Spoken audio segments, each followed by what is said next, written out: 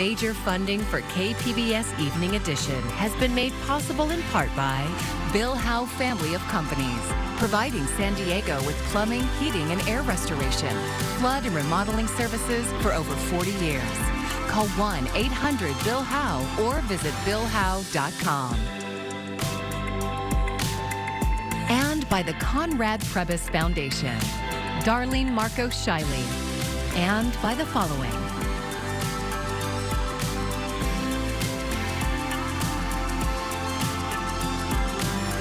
And by viewers like you. Thank you.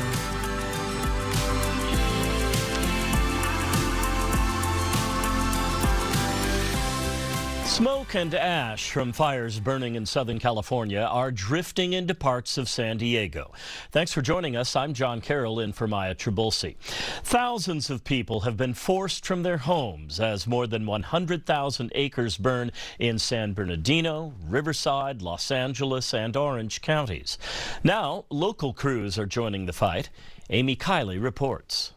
Is an emergency evacuation. Wildfires are forcing tens of thousands out of their homes in western states. You gotta go, you gotta go. In Orange County, California, the airport fire is expanding rapidly after igniting Monday. 40-foot flames, it moving, changing every 10 minutes. The fire's been moving in a way that's hard to predict. About 1,400 area homes are under evacuation orders. People there are grabbing their pets and fleeing. Everything that's important is in my car, and we're heading down the hill, and we just hope we're going to be unpacking and having a beer to that. Two other blazes are so close, this video points toward all three from one spot. The line fire is behind 4,800 home evacuations in San Bernardino County. The bridge fire in Angeles National Forest is fewer than 30 miles from L.A. Meanwhile, in Nevada, humans aren't the only ones fleeing the Davis fire.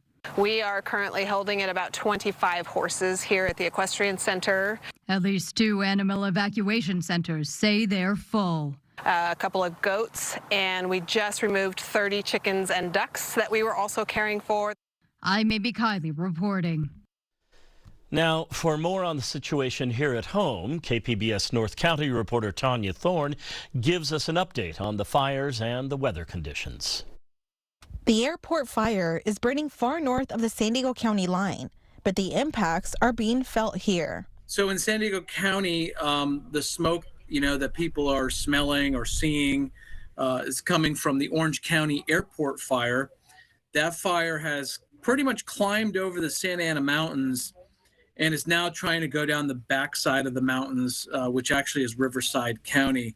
Alex Tardy is a meteorologist with the National Weather Service. He says wind patterns are pushing smoke into the Inland Empire and northern San Diego. So 2 things happen. At night, the smoke will settle down to the ground. During the day, the smoke, it's almost like opening up your windows. The smoke likes to get out and go where it wants to go. But the prevailing wind is controlled by the weather pattern. The airport fire between Orange and Riverside counties has consumed over 22,000 acres. The vegetation that is burning is near record dry levels, and the cooler weather we're getting now isn't making much of a difference. You're still going to have some of that fire exposed to drier air, but overall, all areas, no matter which fire you're talking about, are going to be experiencing cooler temperatures and higher humidity. So that is good news in terms of allowing the firefighters to get a handle on these fires, hopefully by Friday. Tardy says smoke will remain in the air and get worse the further north you head in Southern California. This caused the San Diego Air Pollution Control District to issue a warning about air quality for the inland and northern regions. Basically advising, the public and everyone to monitor the conditions and maybe reduce activities outdoors as you can. Multiple agencies are fighting the airport fire, including CAL FIRE. Mike Cornett is a fire captain with the agency. So anytime that we're getting a wildland fire, you're not seeing just solely one fire department taking care of it. It's a team effort in the state. It's a team effort in this county. It's a regional approach to try to keep these fires as small as we can, to keep them out of communities and protect as much life and property as we're able to. He says that includes protection of the surrounding communities experiencing secondhand effects. Anytime that you get that a lot of haze in the air and you start seeing that smoke, it's best to stay inside. Make sure that your air conditioning is on, so it's in almost like a recirculation in your home, so that it's going to recirculate the air in there and go through the filter, so that's going to keep the air clean. For up-to-date updates on the fires burning throughout the state, you can visit fire.ca.gov. Tanya Thorne, KPBS News. That marine layer continues to deepen, and those low clouds are making a return. There along the coast, we are still going to be tracking some lower clouds here late in the day and early in the day, and those low clouds spreading there across the valleys. Though tonight we're dropping down to a low of 65. I know the big story has been the heat. We're going to tell you how low temperatures get throughout the rest of the week and that fire weather threat. Frustrations are boiling over the handling of the sewage crisis in Imperial Beach. This week, a UC San Diego researcher said their tests found dangerous levels of hydrogen cyanide in the air. You so quickly declared that our air is safe yesterday. For our children, our elderly, our immunocompromised, you have not demonstrated that the air is safe. My children who attend IB charter are starting to report headaches and stomach aches. My youngest child, who has asthma, has been losing sleep and has missed school as her asthma has severely flared up. Residents voiced their concerns to county supervisors during public comment at today's board meeting, specifically with comments made by Chair Nora Vargas. Yesterday, she said follow-up tests conducted by the county's hazardous incident response team showed there is no public health threat. The reason why we had that press conference yesterday is because I don't want misinformation to scare people. I want to make sure we're gathering the information and it's accurate and scientifically what we need people to do. Vargas went on to say that tomorrow she'll ask the County Air Pollution Control District to conduct daily testing. She says she's also working to get money to make more air filters available to residents. The economy, a federal abortion ban, immigration, even debunked allegations of immigrants stealing and eating family pets dominated last night's debate. KPBS's Amitha Sharma reports little was said about the future of America's democratic norms, and the debate provided little assurance. Kamala Harris. Let's have a good debate. Have fun. Vice President Kamala Harris fired the opening salvo about what she says is former President Donald Trump's intent to implement Project 2025, a plan devised by conservatives, many of whom worked for Trump, that would, among other things, eliminate the Departments of Education and Homeland Security, dismantle programs that help people struggling economically, produce a federal abortion ban, and put the Justice Department under the control of the president. What you're going to hear tonight is a detailed and dangerous plan called Project 2025 that the former president intends on implementing if he were elected again. I have nothing to do with Project 2025. That's out there. I haven't read it. I don't want to read it purposely. I'm not going to read it. Not much else was said about the plan, which critics say is Christian fascist. I think if you're one of the Americans who's been reading about Project 2025 or the coverage of it, you understood what Vice President Harris meant by referring to the set of both policies, but also changes in governing structure that it would bring. But if you weren't, that just sounded like code language, and I don't think she took the time or had the time to go into a full explanation of what, if brought to fruition, this set of proposals would do. Trump also refused to commit to accepting the results of the November presidential election. Kauser called that refusal a dangerous harbinger for democracy. That set us on the path that we saw in January 6th and the path that we could still be on, because there are really two things that we know for certain right now. This will be a very close election, and Donald Trump will claim victory. And that is going to make this yet again a challenge to our institutions and to our democratic norms. But Kauser said another moment in the debate was the most damaging for the former president. They're eating the pets of the people that live there. That was Trump's repetition of a false claim that Haitian immigrants in Ohio are stealing people's cats and dogs to eat, even though he was fact-checked by a moderator in real time. Meanwhile, the head of the California GOP, Jessica Millen Patterson, issued a statement after the debate that read in part, quote, "It's clear Kamala Harris isn't ready for prime time. Under the leadership of President Trump, our country was safer, wealthier, and stronger. And on November 5th, Americans will re-elect President Trump to get our nation back on track." Amita Sharma, KPBS News. The day after that fiery debate, both presidential candidates took a break from campaigning to remember the lives lost on 9/11. That story is still ahead. San Diego County will soon have a new set of requirements for creating new battery energy storage sites. But as KPBS reporter Thomas Fudge tells us, they fell short of imposing a moratorium. Lithium-ion batteries are used to store power for bikes, cars, and cell phones, and thousands of them are used in battery energy storage systems called BESS facilities to store energy from renewable generators like solar power. The measure before the county board was meant to create stronger safety standards, and it attracted lots of attention from the public. Stephanie Baxter of Fallbrook says a battery storage facility in her town has been a problem. In reality, the Fallbrook BESS is a public health and safety hazard as well as a noise nuisance, a light polluter. It has devalued property, and with insurance premiums increasing more than 400% in many cases, could be catastrophic for the homeowners and businesses in proximity to this facility. 2 fires have occurred recently at BESS locations. Just last week, a fire in Escondido required evacuations, posing the risk of explosions and toxic air pollution.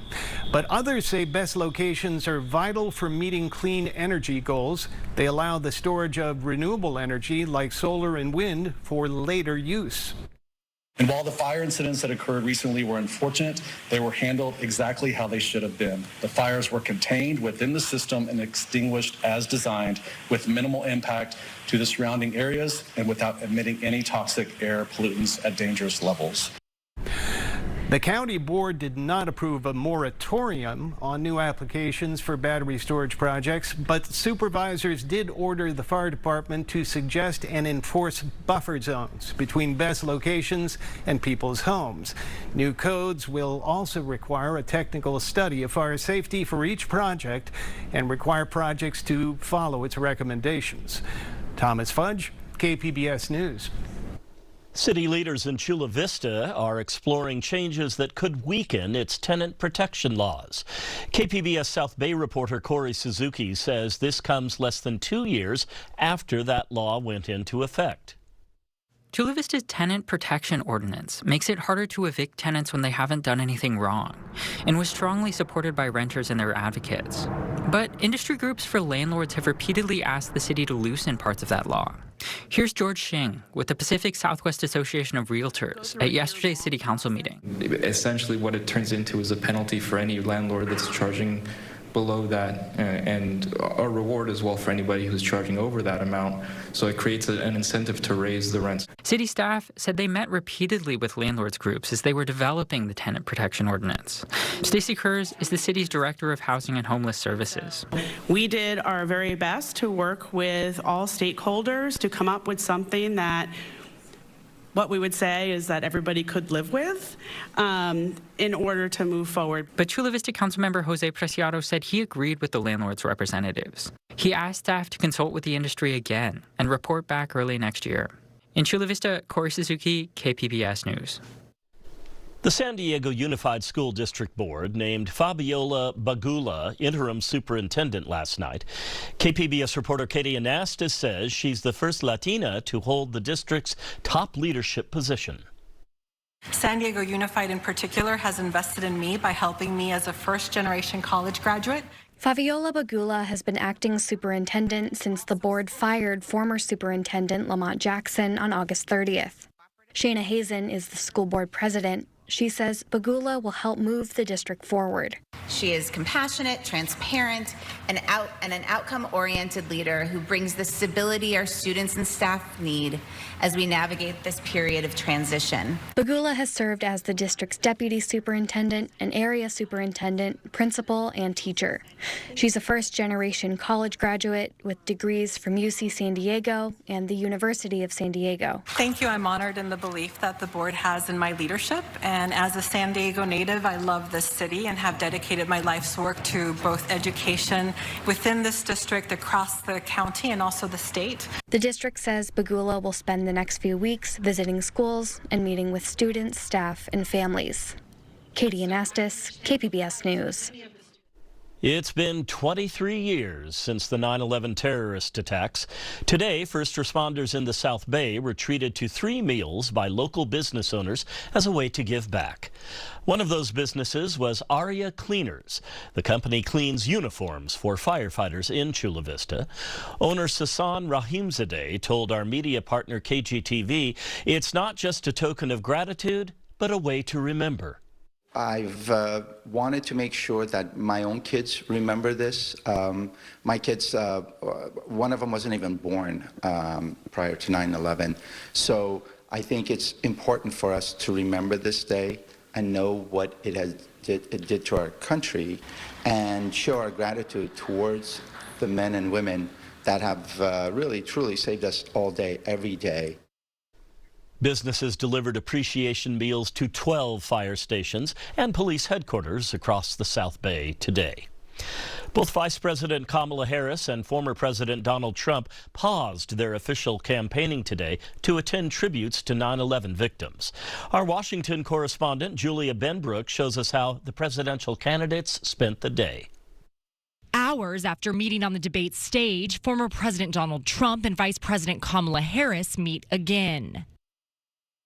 This time for a somber moment, the anniversary of the 9/11 terror attacks. Surrounded by other leaders, including President Joe Biden and Trump's running mate, Ohio Senator J.D. Vance, the two candidates shook hands before the ceremony at Ground Zero in New York. Putting political hostilities aside for a moment as the nation remembers the tragedy.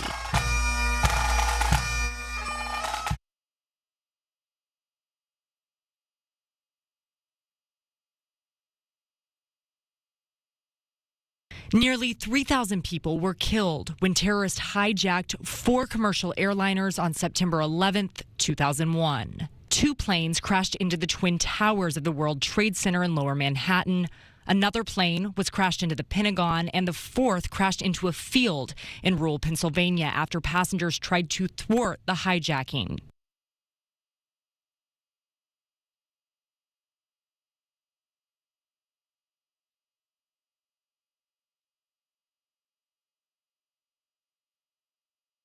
After their rare joint appearance in the morning, Harris and Trump each made other visits to mark the 23rd anniversary of the attacks.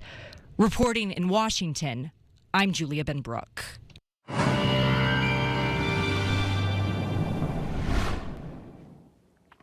Well, I want to start you off with your weather headlines as we head throughout the rest of the week. That cooling is going to continue to spread inland, especially today, Wednesday, into tomorrow, Thursday.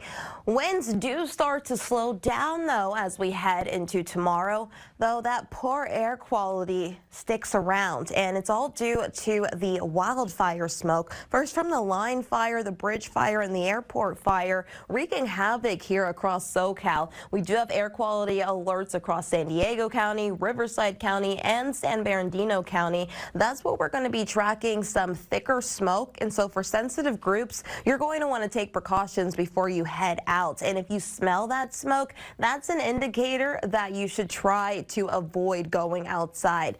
Tonight, we're dropping down to a low of 59 in Oceanside. San Diego, you're at 65. Even Borrego Springs dropping down to the 60s. Though this is the overall flavor here through the middle of the week. We have that cooler air sinking further south and spreading east, though we are still tracking those strong winds, so they will start to taper off as we head into the end of the week. Highs overall running below our historical averages, which is good news because it's going to decrease that cooling demand. I mean, just yesterday we ended that extreme heat wave in LA with your AccuWeather heat wave severity index.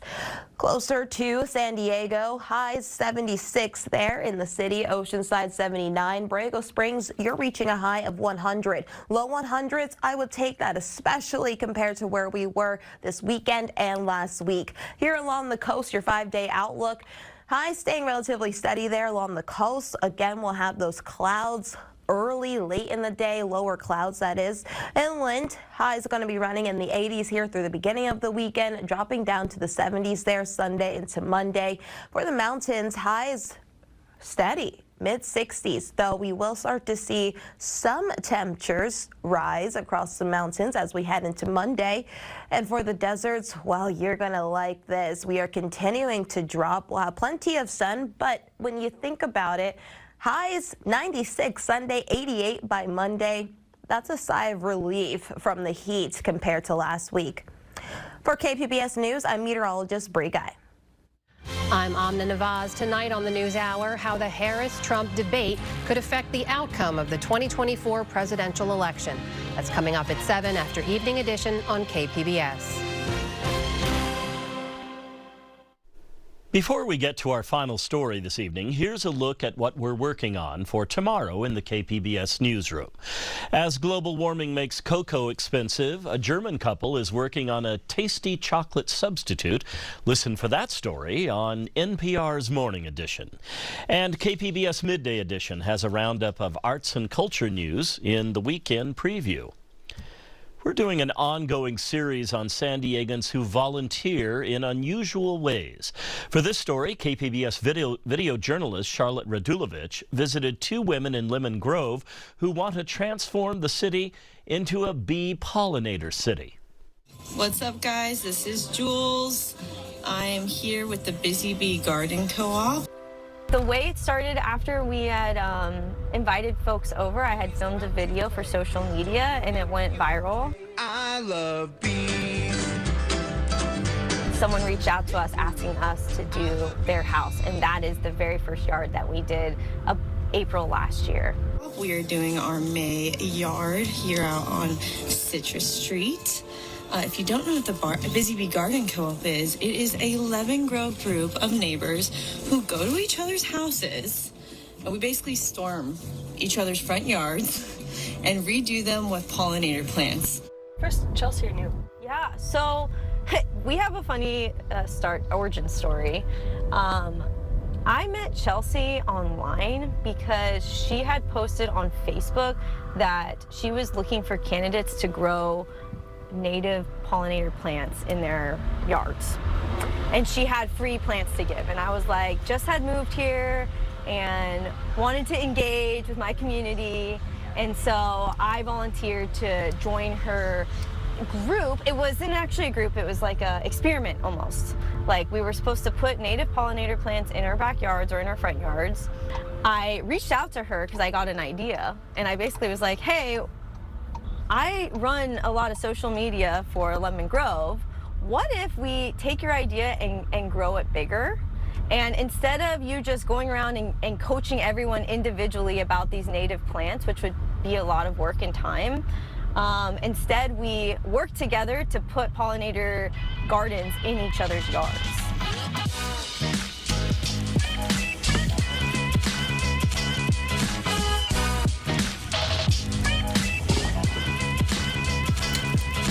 I think that's the reason why our Busy Bees has been so successful, is that in order to get your own yard done, you have to volunteer once. That's kind of the shtick of the thing, and people then get to feel what it is like to give back with their neighbors and how fulfilling that is. We're a small town, but we have the ability to be such a big conservation impact, because we are putting in these patches all around town, which means pollinator pathway. You're going to cruise from one to the next and keep going. We're so appreciative of the Busy Bees and Jules and Chelsea in particular. They have been wonderful partners to us in the Lemon Grove School District, particularly with the project at San Altos Elementary School, really rebuilding their garden from scratch. The pathway to San Altos, the busy bees help to beautify that, to really bring it back to life. And it's the path our kids take to school, right? So our children are walking past butterflies and bees and blooming flowers and different native plants. And it just brings, again, a sense of joy and connectedness to the earth and to one another. In addition to that, we have these really big goals of turning Lemon Grove into a bee pollinators, a bee city is what they call it. We have the only garden in California right now that's a certified native habitat by Wild Ones. Wild Ones is also the ones who are providing the grant to put in the native pollinator garden in San Altos School. There's a very strong movement within the community of people who love where we live and recognize the potential of this place. Let's take the Lemon Grove Bistro that allowed us to put in the gardens, and when you go in their beer garden area, that was all a busy bee project. Even though not all of those are natives, we put in what they would have liked in there.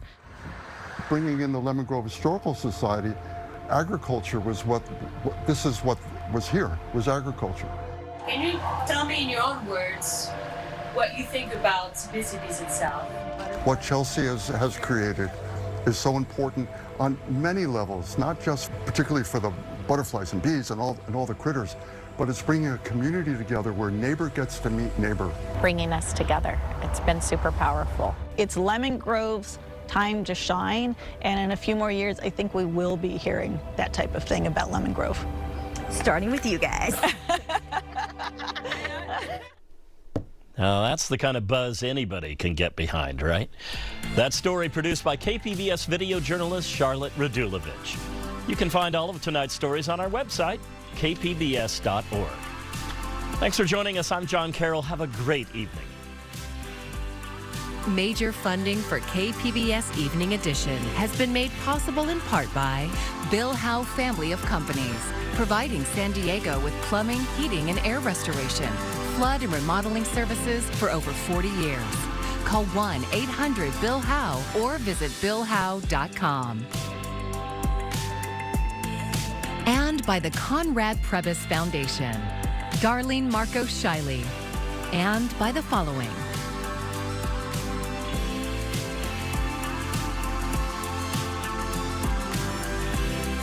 And by viewers like you. Thank you.